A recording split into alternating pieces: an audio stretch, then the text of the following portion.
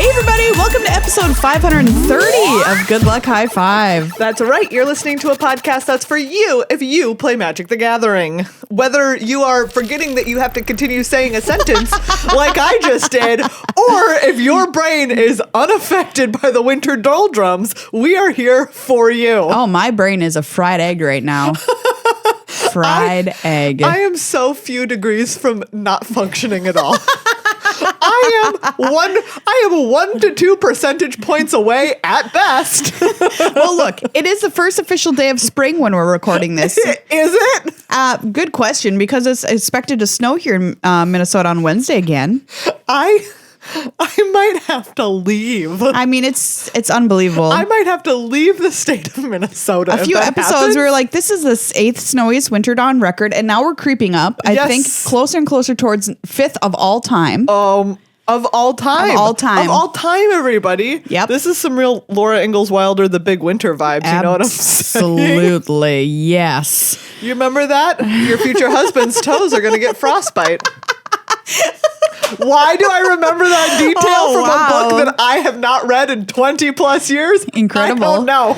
My brain could be doing a lot of better stuff with that space, but it's not. This is your brain in spring. This is your brain on a Minnesota winter. Oh boy. I'm one of your hosts, Maria. I'm another one of your hosts, Megan. And on today's episode, we are going to beat those winter doldrums by talking about Lord of the Rings. Yes. Oh, we're so excited for this set just because, do you know what? What? It is just fun to look at pictures of a set of like a story that you know. Yes, it but is. haven't seen like this kind of media for before. This set is looking so fun and such a wonderful tribute to a story that so many of us love that I'm just super stoked to see everything that comes out. Mm-hmm. And we got a first look at the set of spoilers officially began on the 30th of this month, but we've seen a fair number of cards already. Yes. So we're going to go through some of the new and exciting stuff that we've already seen, make some predictions on what might come out, and just have a good time generally. Yeah, you know it's pretty exciting.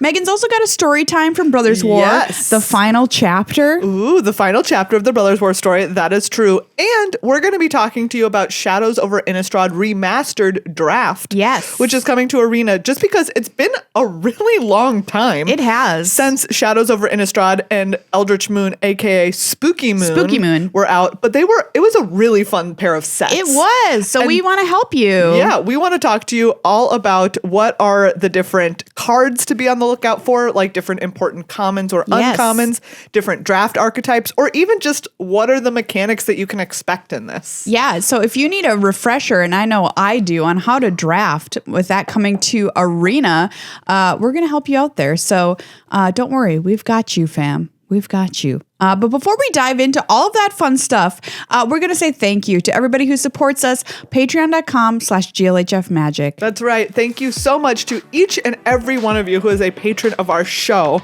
We do not, however, have any new patrons to thank this week. Oh, sad trombone. I know. Remember, it is only you that can keep us from the sad trombone sound by either becoming a new patron or by upping your pledge by any dollar amount. And do you know what? What? It's March, and there is so much snow on the ground that I was looking at it on my drive here today being like, I can't picture all of the snow being gone. I've had the same That's thought. how much of it there is. There's so much. So consider making a snow donation, Snow Nation, if you will. which is where we live. All right? Consider just making a Snow Nation for us. You know, what was I going to say? Oh, you have the ability to do two things in your life. One is prevent forest fires. The second is becoming a patron on Good Luck High Five and preventing the sad trombones out. If there is a burn ban in the county where you are visiting or live, don't set a fire. Okay? And consider becoming a patron of Good Luck High Five. Save us from the snow, everybody. Please. With your donation. We'd Only love to have you. Can melt the snow with your dollars towards Good Luck High Five. The snow encompassing our cold, dead hearts. Yes. Become a member of our Discord. It's so fun in there. It's not winter in our Discord, that's for sure. So help us out, fam, please. For every new patron, Oh, here comes the pledge. No, it's so dumb. It's so dumb. Don't get excited. For every new patron this next week, I will personally bring a bucket of snow inside my apartment and put it in my sink to melt. I will personally want to see that. One bucket of snow see that. For each new patron in the next week. Okay, everybody. Let's make her do it. Very unique and one-time only offer. I will literally video it and put it in our Discord so you can watch it. I would love to see it. I would love to see it. My kitchen sink. It's very cathartic, so think about it. All right. Patreon.com/GLHF Magic. Please make Meghan melt snow in her sink. I want to see it happen. Thank you as well to our sponsor, Card Kingdom. CardKingdom.com/GLHF is the place to go to get anything you need in Magic. Somebody very recently did a very nice tweet to us where they were like, hey, thank you so much for telling me about Card Kingdom. I had no idea about them before you told me. They had super fast shipping. Their customer service was great, which is what we always say. Yeah. But it's nice to see people be like, yeah, you were right. It is in fact not just a thing we say to say. It's a thing we say because it's the truth. Because it's a fact. Yes. You can sell your cards there if you want to buy some new cards. You can get a great trade-in deal from them. If you want store credit, you can buy accoutrement like deck boxes and sleeves. You can pre-order new sets. You can buy Phyrexia All Will Be One stuff right now. Whatever you want, Card Kingdom has it all. And there is no snow on the Card Kingdom website. That's right. Just saying. So there are snowlands though. Oh, well, you're right. You can just avoid those. You can avoid them. Unlike us. If I asked you which Magic card you would most like to ride like a horse, what would you say and why? Ooh, you know what? This is so challenging. It's a tough question. One, it might be like, can I pick like the Crested Sunmare from the Lisa Frank? Oh, that would be a great one. Because I want to ride that Crested Sunmare. Frank horse. It is a horse, but it's just a Lisa Frank horse. That's what I want. Great answer. That's like my dream. Great answer. I asked this question to users on Twitter as well, and I gave them 4 options because that is the limit on Twitter and Twitter polls. One was Nicol Bolas. If you get on a big flying dragon, you have his head egg for lunch if you're hungry. Fibblethip, parentheses, you become small. Yeah. Because you can't ride him as a normal human. You would crush. And also it would be terrifying if instead you made Fibblethip big. Yeah. Craterhoof Behemoth. Yeah. That sounds like fun. And the Gitrog Monster, a giant frog. Very cute. The winner was Craterhoof Behemoth with 35.8% of the vote. It was much closer than I thought it was going to be. Very close. Yeah. Gitrog Monster number 2 at 34.9%. Nicol Bolas was 21.4%, and Fibblethip almost nobody at 8%. Yeah. So I asked this question because I was thinking about Lord of the Rings, and I was like, when they could have just ridden the eagles all the way there. all the way to Mordor. As we all know. And I was like, oh, what Magic card would you ride if you could? Let me know if you have a different answer. Some people have responded with Yorion. Great choice. Yes. At GLHF Magic. Really good choice. Great choice, Yorion. Somebody suggested Goldmane Griffin, which is a beautiful bird. I suppose Griffin's not a bird, but you know what I mean. I think that's a great choice. Shivan Dragon was something somebody offered. But I just wanted to get in the headspace of thinking about riding those giant beasts into Mordor here to talk about Lord of the Rings. So we've seen a fair number of cards from the set, despite previews officially beginning on the 30th of this month. The one that I think has most people talking is the One Ring. Yes. So this card there is going to be a 1-of-1 printing. Yes. It will be the one aka and only ring. The One Ring. The One Ring. So this card, which we did talk about last week, is a legendary artifact, indestructible. When it enters the battlefield, if you cast it, you gain protection from everything until your next turn. Very powerful. At the beginning of your upkeep, you lose 1 life for each burden counter on the One Ring. And put a burden counter on the One Ring, then draw a card for each burden counter on it. Yeah, so a few things come to mind here. A few people have been like, indestructible? What? It's not indestructible. You throw it into Mount Dill. Okay, but listen, it is a lot of work to destruct. You don't want to have someone just like cast like a crushing canopy on this One Ring. Yeah, that's a flavor fail. Correct. Flavor fail. That would be wrong. I agree. I think it's fine that it's indestructible. Yes. So yeah, there is the 1-of-1 version of this, but there's also the normal version. Exactly. That you can play normally. I asked on Twitter, how many burden counters are you putting on the One Ring? And a lot of people have discovered pretty cool like combos and stuff you can do with this, getting away from the burden of the One Ring, which, I mean, Frodo, take some notes, you know what what I mean? I mean, there is for instance, Shieldred that exists right now that says every time you draw a card, you gain 2 life. So all right, so that's pretty good. Shieldred literally does not care how many burden counters. You're just like, yeah, draw all those cards. Yeah, that sounds like a sweet combination. That's a pretty good one, yeah. But the 1-of-1 situation is pretty wild. epic. Never in the history of Magic has there been a 1 of one. Yeah. So this is going to be printed full art in black speech, the speech of Sauron. It looks really cool. And it has on it 1-of-1 in the left corner. Yeah. It's only going to be able to be found in a collector booster, which means it can also show up in a gift bundle because those are in there. Yeah. This art is just gorgeous. Like, it's amazing. It is. It's really, really pretty.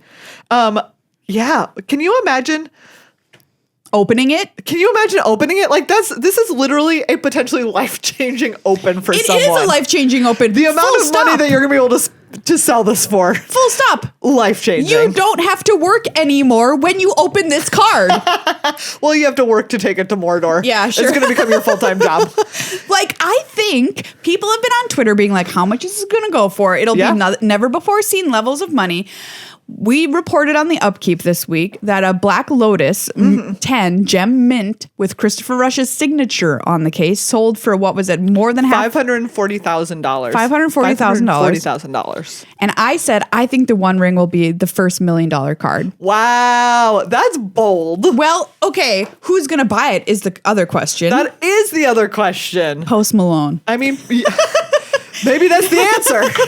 I don't know. Because, unfortunately, some of the answer is like there are people who treat this as an investment, right? Like investors who essentially put their money into this stuff instead. Also, you could just choose to keep it. You could. You could just choose to walk it to a volcano and throw it inside. Somebody was like, is it worth it to start a YouTube channel that shows you destroying this? Will you get more money from that? Potentially than you would from selling it. I don't think so. That person doesn't know how YouTube ad revenue works. That's not true. That's what that tells me. But I mean, I really do think it'll easily be the most expensive Magic card. There's only one. And I don't know. I'll give you a hot take. I'll give you a hot take. I think 300,000. It's gonna be less than a Black Lotus? I think it's less than a Black Lotus. No way. I don't know. I'm just worried. I'm like, will we not find out when it's opened? Like, will someone keep it secret? That would be amazing. Or they don't know. What if someone opens this card and doesn't realize? Yes, that's what I'm saying. Wow. That could happen. Because somebody just is like at Target, they buy a collector boosty and they're like, oh, fun, you know? That would be incredible. Do you know what? And do you know what, Maria? That would parallel the story of the One Ring. It really would. That person would just be Lil Smeagol, like finding the ring, hanging out with their friend. They would then commit a murder of their friend and go into hiding, and they don't even know why. Yep, that's what's going to happen. Okay, and that's what's going to happen. This is like Willy Wonka's golden ticket on steroids. Yeah. I think a musical will soon be written about it. A children's book series. What? All right. Willy Wonka does commit murder, though. Augustus Gloop is killed. All those kids are dead. They all are. So similar to the story from Lord of the Rings. I'm just saying, you know what I mean? Absolutely. So that's a big story from this set already. Yeah. It is a very cool concept also. I'm here to go for it and be like, do you know what? There should be only one copy, like one special copy. I think it's very cool. I'm here for this. Yeah. What else piqued your interest here? I love the reprinting of the Great Henge as the party tree. That's very cute. So cute. Very cute. So the Great Henge is an artifact that was originally in Throne of Eldraine. It's 7 green for a legendary artifact. It costs X less to cast, where X is the greatest power among creatures you control. You can tap to add green and gain 2 life. Whenever a non-token creature enters the battlefield under your control, put a +1/+1 counter on it and draw a card. Very powerful, but also, like, I just love the art. The art is really pretty. This is Commander, by the way. Yes, this is from the Commander set. From the Commander set, but that is beautiful. Yeah, it's really cool. I like it. We got to see Frodo, actually. Yeah. Frodo, Sauron's Bane. So Frodo is hybrid. Well, he costs 1 white mana for a 1/2 halfling citizen. Hybrid black-white, hybrid black-white. If it's a citizen, it becomes a halfling scout with base power and toughness, 2/3 and lifelink. So it gets a little better. Makes it's sense. a little leveler. He getting tougher. And then 3 black mana. If it's a scout, it becomes a halfling rogue with whenever this creature deals combat damage to a player, that player loses the game if the ring has tempted you 4 or more times this game. Otherwise, the ring tempts you. Oh. What do you think the ring tempting you means? Your opponent's going to lose the game soon? Well, I mean, like, there's a couple cards where There's it a says couple that. cards that mention that. Yeah. So that's also on Golem, Patient Plotter. Ooh, yeah. So we have a Golem card. Cute. 1 in a black for a 3/1 halfling horror. When it leaves the battlefield, the ring tempts you. Black, sacrifice a creature, return Golem from your graveyard to your hand, activate only as a sorcery. See, I think that this pairs with, right? It's like it pairs with Frodo to help you win the game. Oh. Right? Because you can have, whenever it. it leaves the battlefield, the ring tempts you. So you can, like, it leaves the battlefield, the ring tempts you. You can sacrifice a creature, put this back into your hand, cast again, have it leave the battlefield, right? Like, it's helping Frodo do his job. I like that. I like that a lot. Yeah. But what do you think ring tempting you means? Is it only just a counter situation, so you just keep track of how many times you've been tempted and there's no other effects from it? Yeah, I think, like, you know, like we've seen, it'll be it'll just be a specific card referencing it. What if it is a thing that happens to you and you never know the consequences of it happening to you until later? What if the ring tempting you? No, it'd be too good. I was like, What? you like lose 3 life and draw a card or something. Wow, that's a lot of life. But you know, Yeah. you get to draw a card. But drawing a card is nice. I don't We also know. see it on Samwise the Stout-Hearted. This is 1 in a white for a halfling peasant with flash.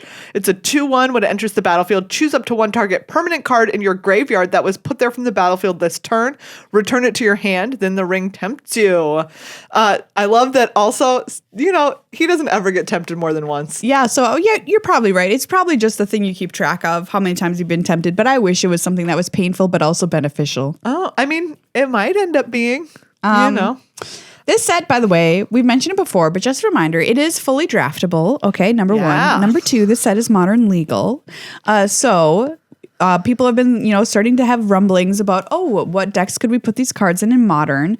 Also rumblings of this set is not powerful enough, which is very funny to me because people were, I'm sure, going to be like, in the past, we're like, it's going to be way too powerful. Everything's going to bust modern. No, not the case so far. Exactly. Like, I think that it makes sense for me for them to have focused more on draftability of the set and like it having a fun interior to itself environment. Yes. As opposed to it having a lasting impact on an extended Magic format. Yeah, I agree. That like kind that's of not be a little that's weird. not what this is about. This is about having your fun times to cross over Lord of the Rings. Yes. And Magic the Gathering. We also have the Shire, which I want to bring up because, of course, it is a land. It enters the battfield tapped unless you control a legendary creature. Yes, a legendary land. You can tap it to add green, or it has 1 and a green, tap an untapped creature you control, create a food token. Yes. You must. So you must. Before we'd seen anything in this set, on the upkeep, we were like, this set needs to have food tokens, number 1. Yes. Number 2, it needs to have a card called Second Breakfast that creates 2 food tokens. Right? That is a requirement. It has to. That is, if that doesn't happen, I will be flabbergasted. It must. I will be radagasted if that does not exist in this set. I am radagasted. Speaking of Radagast is in the set. Yeah. In the commander set, I should say. 2 blue-green for 3/5 Avatar Wizard Ward 1. Beasts and birds have Ward 1. Whenever you cast a spell with mana value of 5 or greater, you get to make a beast or you get to make a bird. Pretty nice. I think it's a great I love card. making a beast. I love making a bird. You can make a cute little animal deck with Radagast. Yeah, as the commander. We also know that we'll see Sam and Frodo in a commander deck. Yes. We've only seen Sam of the pair in that one. It's 1 green white in this case for a 2/4 halfling peasant. Partner with Frodo Adventurous Hobbit. Okay. We haven't seen that card yet. At the beginning of combat on your turn, create a food token. Beautiful. Activated abilities of foods you control cost 1 less to activate. Perfect. So cute. Really, really good. Yeah. We were talking about how this set is modern legal, and this is a card I think is very good. I just want to call it, which is Reprieve. Oh, yeah. Which is 1 and a white for an instant. Return target spell to its owner's hand. Draw a card. Which could be a really good card to include if you're worried about control decks like sweeping the board. It buys you an additional turn, it draws you a card, and maybe you attack for lethal. Yeah. So I just think that might be a player. I hate times that, that decks have a way to get around control decks. But I understand that some people might be happy about this. There's also, you mentioned the Shire, there's also Mount Doom, which is another legendary land. Yes. You can pay a life to add red or black. It's red black. Okay. I felt like that was just implied, but I have to tell you.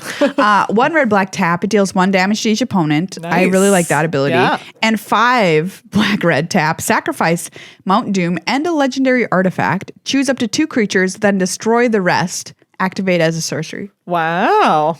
It's pretty powerful. That's a powerful land. Yeah. In Modern. Just saying. I'm just overall, I'm really excited to continue seeing these cards. They look cool. I love that they're doing a thing. In addition, there's so many like cool treatments and like different things that they're doing. They're going to have a bunch of versions of Sol Ring. There's going to be the most limited number of the Elvish version of really Sol Ring. It's really pretty. But then there's also the Dwarven version of Sol Ring and the human version, which I just like. I love that they made all of the different kinds of ring, obviously, and also they matched them to how many of those rings actually existed out in the world. Yes, that's because the Elvish one is the most rare. The humans is the most common. Yep, beautiful. Just really very, very cool. I love all of the tableau arts. Yes. Right? There's like a tableau art version of Frodo, Sam, Gollum, and the One Ring that the 4 of them go together to make the art of when Frodo and Gollum throw the ring into Mount Doom, or the ring gets thrown, and we won't say anyone actively puts it into Mount Doom, but it gets thrown into Mount Doom. They say there's going to be 7 of like these panorama scenes that you can create by lining up cards next to each other, including one that's 18 cards big. Yes, which is just glorious. Really, really cool. And of course, the basic lands in this set are from the map of Middle Earth that is so famous, and I think that is really, really beautiful. Yeah. Hashtag square Mordor problem. We talked about the upkeep. Mordor is a square, and this is such an elaborate map. It's just You're telling me that Sauron made a square Mordor? Just made a square. He had to cut corners somewhere. Except he didn't. It's a square. Beautiful stuff. Yeah, there's so many cool alternate arts. It just looks great. It looks like such a fun celebration of Lord of the Rings. It really does. Which is what you want. Yeah, it is. Yeah. For the people who are asking, will we have Storytime with Meghan to cover this Magic set? Yes. The answer is yes. We will have 4 Storytimes with Meghan, 1 each for The Hobbit, The Fellowship of the Ring, The Two Towers, and Return of the King. Great. And I mean, we did say you're going to do them in 5 minutes or less. Yes, I did say I will do each book in 5 minutes or less. So that's a true challenge. I think I can do it. Okay. All right. But also, I might not know how little 5 minutes is. So we'll see. Okay, everybody, we're going to get you ready for Shadows Over Innistrad Remastered on Arena. Yes, this was a really fun set when it came out. So it was Shadows Over Innistrad was the first set, and this is back when there were blocks. Yes. So we had Shadows Over Innistrad and Eldritch Moon, aka Spooky Moon. Yeah. The biggest story of Shadows Over Innistrad and Eldritch Moon was spooky things, more spooky than normal, were starting to happen on Innistrad, right? Yes, it was horror themed. Things are like sprouting tentacles, creatures. Angels were bad. Yes, Avacyn and a bunch of other angels turned evil. There were a bunch of like weird cultists out at the coastline, and it turned out that it all culminated with Emrakul herself arriving on Innistrad, lured there by Nahiri, who had a real big battle with Sorin. Hashtag Nahiri was right. Who had a big battle with Sorin and encased him in some rock. Yes. At Markov Manor. And then Emrakul was there and was, turning everything into sloopy armed Eldrazzis. Yeah. And making all the angels evil on Innistrad until Tamio and some other planeswalkers locked Emrakul in the moon. How did the story resolve? Emrakul is in the moon. Emrakul is in moon jail. Yes, moon jail. Truly a pretty fine jail when it all comes down to it, because you have endless cheese. Yeah. Wait, Innistrad's moon is made of silver, so Emrakul is filthy rich. But also locked in the moon. Locked in the moon. It all balances still out. Locked in the moon. And isn't that just an apt metaphor for being a billionaire? Locked in a moon of your own creation. Exactly. Nope, I'm lying. Billionaires are bad people and they shouldn't have that much money. Anyways, moving on. So that's the story of what was going on. There was a lot of clue tokens running around. Yeah, this is the first time that we saw clues, which you might these days be most familiar with from that original printing, like Tireless Tracker. Tireless Tracker. One of the most iconic clue cards that has yet been printed, I think. Yeah, what about the Investigator? Oh, yes. What was it called? White one-mana Investigator. That's what I'm calling it. Thraben Inspector. Thraben Inspector. Yes, yeah. Thraben Inspector, which was a 1-mana 1/2 that got played in Standard a bunch. Sure did. Really cool. It made a clue token when it came into play. So how this is working on Arena is we're not taking both of those full sets and putting them on there.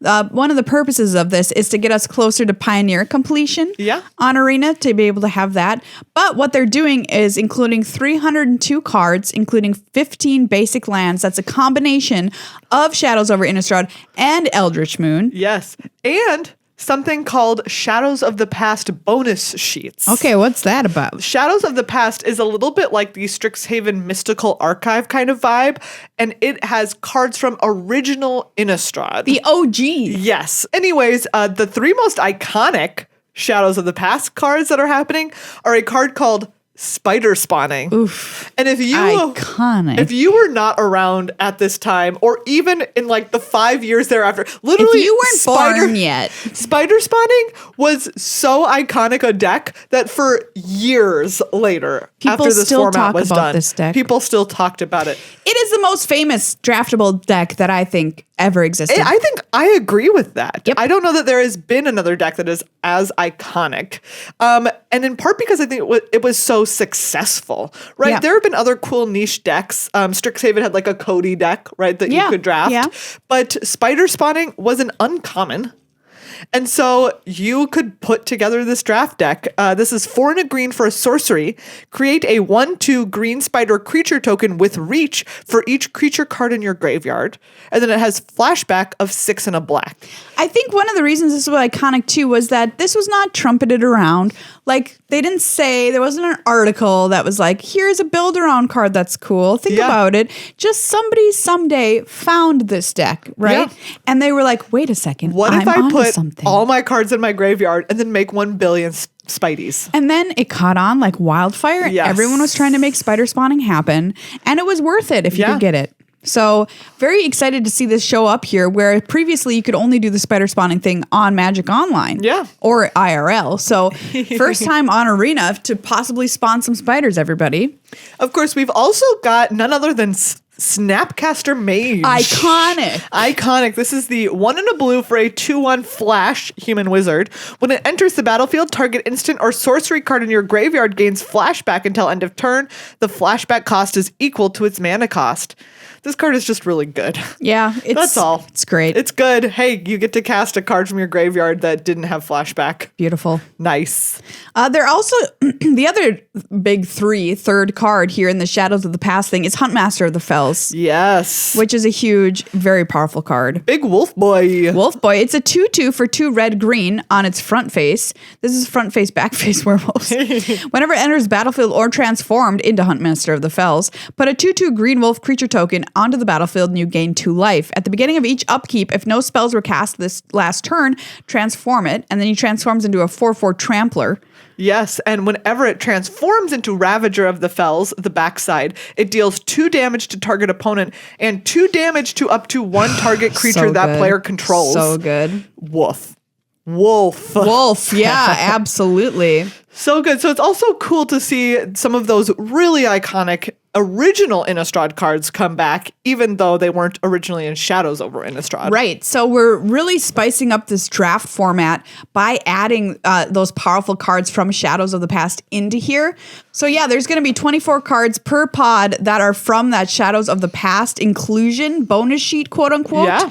So there's quite a few. going to be some powerful stuff that's going to be included, plus, the 302 cards I previously mentioned. However, that does also mean that 297 cards across those two sets, Shadows over Innistrad and Eldritch Moon, are not included. Yeah. So there will be some cards which you may remember but will not be there. Let's talk about what the mechanics are if you're going to sit down and do a Shadows over Innistrad Remastered draft on Arena. There are some mechanics that maybe you've encountered, but maybe you haven't. Delirium is a big one. This was new in those sets. It's a graveyard mechanic, and either you have Delirium or you don't. Delirium says, do you have 4 or more card types in your graveyard? Yeah. So that means Planeswalker, Artifact, Instant, Sorcery, Creature. Remember, subtypes don't count. Right. So it's not looking at, do you have like a wolf and a human in your graveyard? Nope. It's just looking at creature. But if you have, for instance, an artifact creature, that does count towards 2. Yes. 2 of those 4. Man, Delirium. Oh, it's very cool. It is. I will say that in draft, you have to work to get Delirium, right? You do. Because a lot of times It's not just there's gonna the randomly big 3, happen. right? There's instant, sorcery, and creature of like what you're commonly drafting in a set. But again, that only gets you to 3. So you need to be considering, is there some kind of powerful enchantments, perhaps? Are there going to be maybe some artifacts that you're going to want to draft? There was stuff like the vessels in the original the Spooky Moon draft vessels. format, which were enchantments that you could crack and then look at cards or do different things, look at different kinds of cards and put stuff into your hand and put other cards into your graveyard that were really powerful in getting Delirium. And of course, having Delirium just sounds cool. Like, Yes, you're exactly. delirious. And it's just a classic. If you have Delirium, stuff is better, right? Things are better. Things are better for you. Things are better if you have Delirium. There's cards that get better if you have Delirium, spells that get better if you have Delirium. There's one I found here, which is Deathcap Cultivator, which is 1 and a green for a 2/1 human druid. You tap to add black or green. However, if you have Delirium, it has Death Touch as long as there are 4 or more card types among cards in your graveyard. So that is an instance of a card getting a little nice Delirium bonus. Yeah. And here's one of the vessels I was mentioning. Vessel of Nascency. This is the green one. Enchantment. 1 and a green, sacrifice it. Reveal the top 4 cards of your library. You may put an artifact, creature, enchantment, land, or planeswalker card from among them into your hand. Put the rest into your graveyard.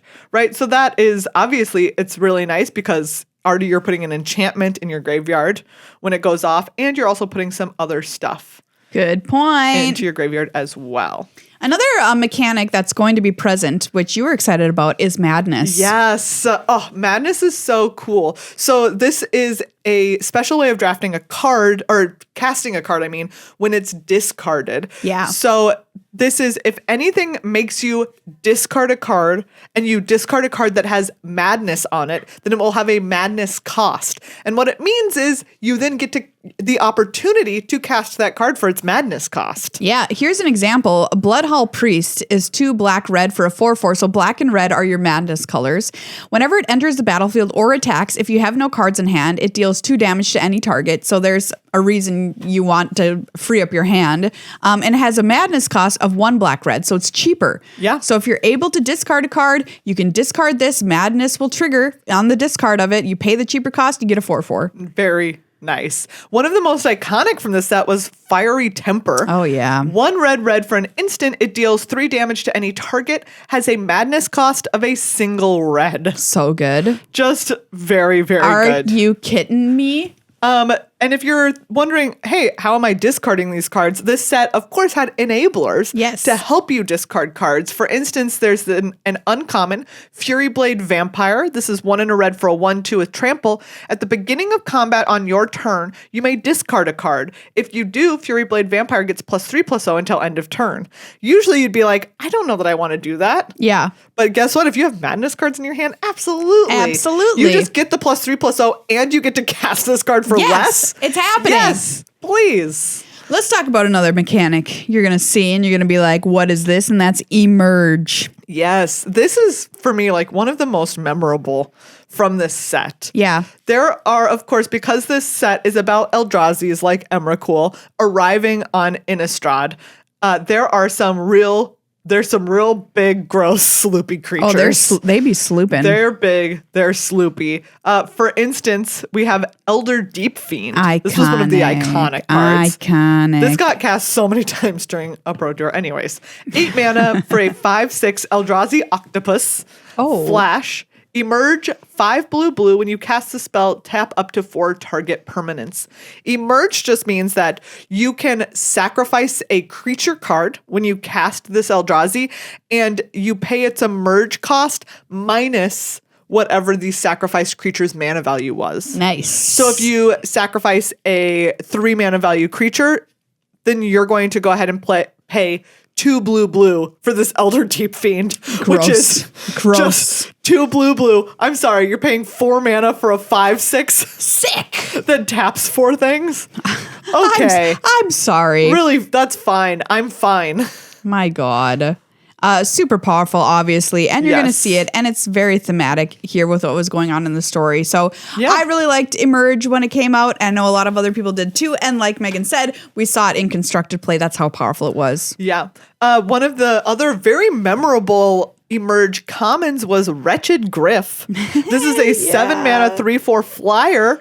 When you cast this spell, draw a card. It has Emerge for 5 and a blue. God, I almost forgot about that card. Yeah. So good. It was so good. There's also Meld, which is a very fun mechanic. I remember this very fondly from the pre-release. There is even a common, uncommon meld. So if you're like, how often could this ever happen? The answer is it could happen to you. Yes, it could. With Graph Rats, which is 1 and a black for a 2/1. And Midnight Scavengers, which is 4 and a black for a 3/3, which even gets back the Graph Rats from your graveyard if you have cast them and they have died before. Yuck. They meld together into Chittering Host. Disgusting. Which is haste menace. When it enters the battlefield, other creatures you control get +1/+1 gain menace until end of turn. It's a 5/6. So you're like, if you have both of them, boom, they meld into one card that is super powerful and spooky.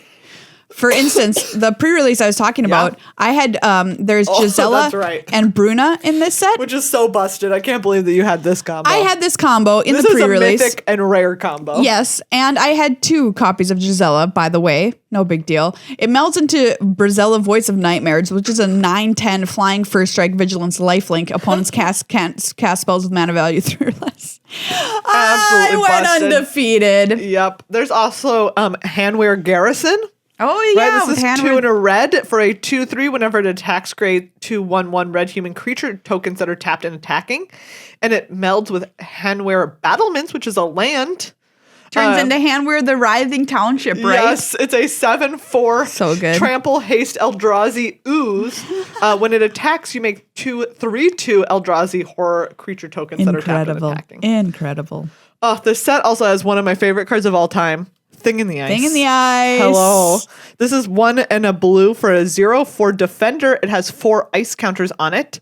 Whenever you cast an instant or sorcery spell, you can remove an ice counter. Then if it has no ice counters, you transform it. It becomes a 7/8 Kraken Horror. Wow. When it transforms, you return all non-horror creatures to their owner's hands. This card is really good. I love Thing in the Ice. So good.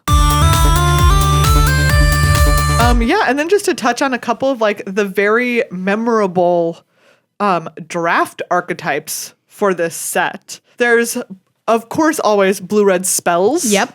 It's a one you'll run across in a lot of formats, and it is one here. Yes.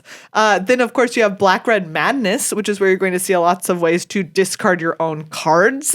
For benefit. Yes, and it also has lots of vamps. I love vamps. You know, you can get aggro with some vamps. And we mentioned Emerge. If you want to draft that deck, the best colors to be in are blue and green. Mm-hmm. That's the most emergy color combination. Yeah, it also touches on a lot of the draft archetypes that we saw back in Crimson Vow and the werewolf one, which I am immediately forgetting the name of. The most recent version of this, right? Because you do still have red-green werewolves. Yep. That's still a deck. And blue-white spirits is the other big one, right? There's lots of spirits, including... It's haunted. Maria, do you remember cutest card from this set? Ooh, was it the Dead Kids? I'm looking at it right now. Oh, it's the Lantern Ghost. Yes, it is a little ghosty called Erdwall Illuminator. Yeah, so cute. It is a spirit with a little lamp. So it's cute. Very cute. This is 1 and a blue for a 1/3. Flying, whenever you investigate for the first time each turn, investigate an additional time. Wow. This set is bringing back so many memories. I know, right? Speaking of spirits, Spell Queller is in the set, Megan. Boo. You hate that card. I really do. Green-black has like a strong delirium theme. Yep, that makes sense. Putting lots of stuff into ye old graveyard. Those are the delirium colors. Yeah.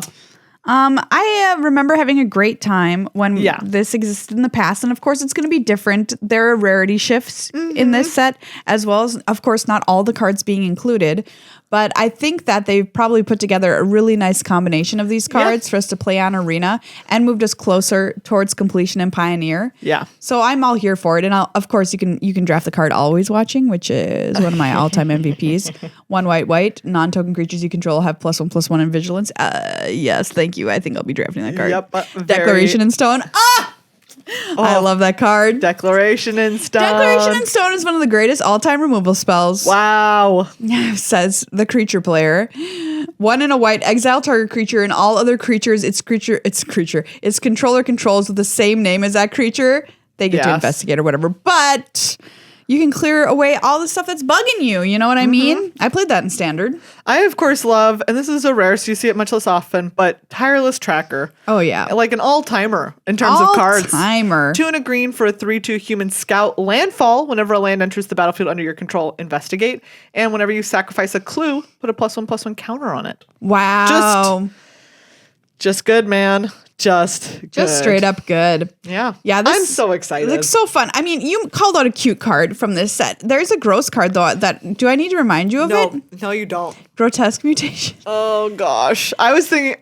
Does this have the shoulder eyeball card?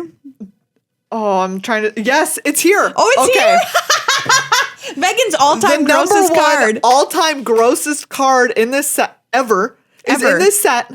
And it's magnifying glass, and it is returning. Oh, and it is so upsetting to me. I can't. Do you draft it? I can't. I don't remember if you're like, I can't even draft it. I don't think I can even draft it. Grotesque Mutation's pretty friggin' gross, too. There's something about magnifying glass for me. There's eyeballs on the shoulders. That's why she's grabbing your shoulders. That's why, To the point where, when I get tattoos and I talk to tattoo artists, I'm like, oh, just so you know, you can never tattoo an eye that isn't in a face. Yeah. Like, I can't ever get that just kind of in case they, like, snuck one into the design on you. Well, some of them do, right? It's like a motif. Like, eyes are a motif. Yeah, it's a motif. Sometimes in tattooing, and I'm just like, no. Never. Must be in face. Emrakul, the Promise End. She's here herself. The Moon Lady. 13/13 for 13 mana. Yeah, in case you did not know about this card, this also defined the Standard format of the time. Yeah. It costs 1 less to cast for each card type among cards in your graveyard. So this also used that Vessel of Nascency. Yep. To put lots of card types into your graveyard. Cast this Emrakul for as cheaply as you could. It has flying, trample, and protection from instants. Flample, yes. And... most importantly, when you cast this spell, you gain control of target opponent during that player's next turn. After that turn, that player takes an extra turn. Wow. So you got to take their turn for them, which is a wild experience, right? So you can just you can do as many bad actions as you can. Welcome to Storytime with Meghan, the final chapter of the Brothers' War. Yes. So... over the course of the Brothers War story, we have popped into different moments in time of the Brothers War. Yes. We've seen Caleb and Krug kind of dealing with the aftermath, the nuclear winter. The fallout from the explosion that ended the Brothers War. Yep. We have seen a warlord of much later Krug go crazy when he thinks he sees a ghost, but it's Teferi. It's just Teferi. Yeah, it's just Teferi. We see the siege of Krug early on with the big dragon engines, and we saw some warfare in the trenches. Warfare is a bad time for everybody. Remember that. And so Teferi and Kaya and Saheeli are all looking for, right? So Saheeli has made a new Silex after the one that they had was destroyed by Spooky Ajani. Yep. And the problem is they don't know how to activate it. Right? They don't know where the power button is. They don't know where the on button is for the Silex. And they want to take it to Phyrexia and use it to blow up Phyrexia. I love this plan. They're like, we have the temporal anchor, which Saheeli made, and then Teferi gets in like a spooky metal coffin, and then Kaya like helps make him ethereal and send him back in time, and then Teferi goes back in time. Makes the dream work. Exactly. And then Kaya can like kind of see through his eyes and like hear what he's seeing and saying when he goes back into the past. It's dangerous, Kaya. It is, and you know what? All of this is dangerous. That's, what they're doing is dangerous, but they're like, we really have to figure out. They're literally locked in Urza's old tower while outside the tower, the Phyrexians are battling what remains of the resistance here on Dominaria. It's a dire sitch. It's very dire. They're literally like fighting outside the door that they have barricaded, and they're like, keep sending me back in time. And Teferi comes back to the present and he like barfs because it's really hard on him, I mean, time travel is tough. It's a bad time. Not as bad as warfare, but a different kind of bad time. So we get a lot of like Teferi having a weird time traveling back in time, being like, nope, this isn't the right moment. Nope, this isn't the right moment. It's got to be bad for your health to time travel that much. And he like feels gross and he can't find the right moments in time. And then you get a lot of like weird kind of like in the like weird experiential Teferi stuff that is just kind of happening. Can you imagine? You would just be out of it physically and mentally, jumping around in time that much. He's literally physically and mentally out of it. Yeah, totally. Whereas it is time. Yeah. So, okay. Finally, he finds the right moment, and he finds Urza sitting with the Silex, and he knows that Urza's about to activate it, right? Yes. And he sees Mishra, or what is left of Mishra, riding a giant dragon engine, and like literally like he's been a bunch of Phyrexianized, so he's like has face peeling off of his metal skull and stuff. It's it's gross. And Urza's like, that's spooky and not my brother anymore. And so like they see him like bleeding onto the Silex, but Teferi's like, I still don't know how to open it or to turn it on. I still don't know how to turn on the Silex. The power button. Exactly. So he's like, we have to go back one more time. So he goes back and he like pulls Urza into like a separate pocket of time in the moment when Urza is activating the Silex. And so he sees, as he's watching, it turns out that this blast is what ignites Urza's spark, right? Because Urza turns on the Silex and it explodes, explodes him, right? Teferi is like watching literally his like Urza's body crumble and his bones become dust from this explosion, and then backwards rematerialize into Urza again, sitting with the Silex. And Teferi's like, listen, Teferi actually takes kind of a lot of time to explain to Urza what's going on, and you're like, you don't need to tell him this much. Yeah. And they have a weird philosophical discussion about time, and you're like, of course they do. Things are more pressing than this. Okay, we have an agenda. We have timelines. We're trying to blow up a planet. No big deal. Exactly. And so Teferi's like, how do you turn it on? And Urza's like, look, I'm just the right person with the right collection of memories and emotions holding the Silex. And when I hold it and I feel all of these awful emotions and see my brother riding towards me with his peeling off face on a giant dragon engine that's going to destroy everything I love, it just turns on. No way. And Teferi's like, freaking great. So you're telling me I have to find just the right person with the right kind of emotional situation with the Silex to turn it on? we have so much time to spare. Well, they could just take him and transport him to Phyrexia and have him look at a picture of his brother, and then I think that's a bad idea. Also, I don't think that they can time travel him. It's only Teferi's you can't take somebody with you. Exactly. It is cool. Teferi like literally like sees Urza's spark ignite, especially since this is back in the day when he's like, oh, sparks. Before the mending, right? Planeswalkers were really, really powerful. Yeah. They were like essentially immortal, which is why Urza is able to survive this blast. Like he gets exploded by the Sylex and then gets knit back together because his spark ignites. And he becomes like kind of like godlike essentially. Yeah. And so Teferi's like, well, this really sucks, but at least I know, in theory, how to turn on the Sylex, which is having the right person with the right weight of emotion. That is so vague that I think it's worthless. I know. It essentially is. But you know what? It's what he gets. And it's Urza made the thing. That's how Urza made it able to turn on, all right? Unbelievable. That's a fail-safe, I guess. Yeah, you really made an elaborate way to turn on this bomb. Wow. And so Teferi, arrives back in the present and is like, oh, this is a real bummer, everybody. Back in the past, Urza ignites, turns on the Sylex. Everything explodes. There's a huge explosion. He later on is on like a seashore and he finds like this enormous a seashell. Yes, this enormous seashell. This enormous like metal coffin. And he opens it, and Thanos, his assistant, is inside sleeping. Right? Whoa. Thanos like put himself into some sort of weird magical sleep and climbed inside this like metal coffin to survive the blast. That could be what you do during winter. Yeah, and it should be. And Urza wakes him up and is like, "Hey, you need to I need to leave. You need to get out of like you need to go and find everybody and like find Kayla, my wife, and tell her." Not I'm sorry, but, remember me as a better person than I was. We all know how that turns out. Kayla's like, I decline to remember him as a good person. I think that's justified. I decline. Yes. And Thanos is like, okay. And then Urza planeswalks away.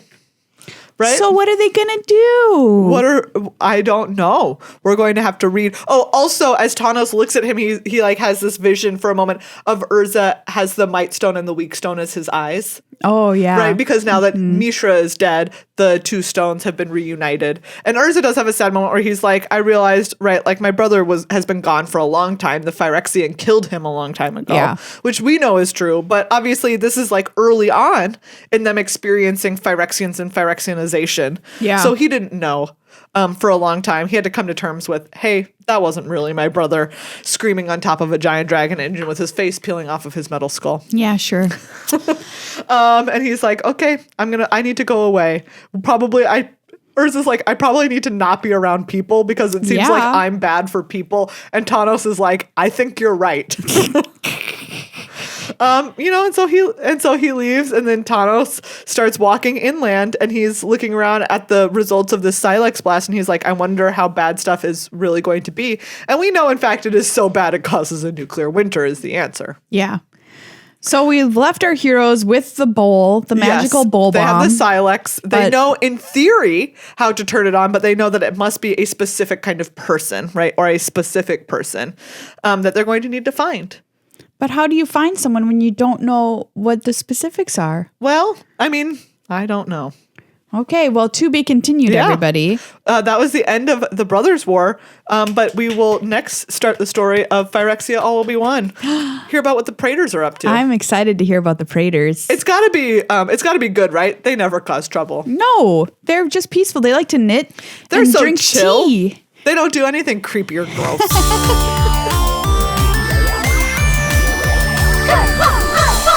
Human beings, that's this episode of Good Luck High Five. Thank you for hanging out with us once again. Yes, thank you so much once again to everyone who is a sponsor or a patron. If you're a patron, you are sponsoring this show. And remember specifically this week only, the Snow Bucket Challenge. If you become a new patron, for each new patron in this next week, I will bring inside 1 bucket of snow and melt it in my sink and take a video. Please make this happen. Patreon.com/GLHF of Magic. Thank you as well to Card Kingdom. You can find them on the internet at cardkingdom.com/GLHF. Very excited to be with you again next week. Judge Rob is going to come and hang out with us because, we've been talking about Oathbreaker on this show and for a while now, and now it's the newest official Magic the Gathering format. Yeah, it's super cool. It's been given the golden stamp of approval from Wizards of the Coast, and we're going to get you ready to build some decks with Judge Rob, who's going to give you the top 10 most exciting planeswalkers and spells to combine. Yes. To get your brain juices flowing on what you might want to build. Sweet. Yeah, very excited for that. So come back next week. We've got Judge Rob, more Lord of the Rings action, I'm sure. Story time from moving on. One more story to time. Phyrexia will be one. Super exciting. Thanks, peeps. Have a great spring. Catch you on the flip side of winter. It better be. It better be.